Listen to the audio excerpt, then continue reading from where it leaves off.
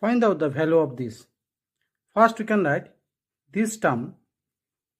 This term we can write the root 5,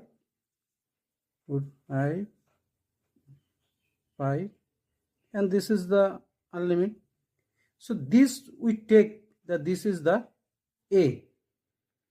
So we can now the square of both of side, then square of both of side, then this square and this root is cut. So we can write this is 5 and this we can write this 5 is unlimited. This is the a square. So now we take this term is a, we take again. So this 5 into this is the a, this is the a square. So now this 5 and this is a square by a, so cut, this is the a, so a is equal to 5. So we can write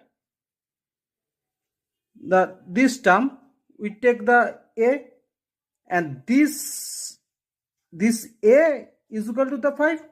So we can write the log 5 and this term is take the a, and so now the log 5, this a is equal to this 5.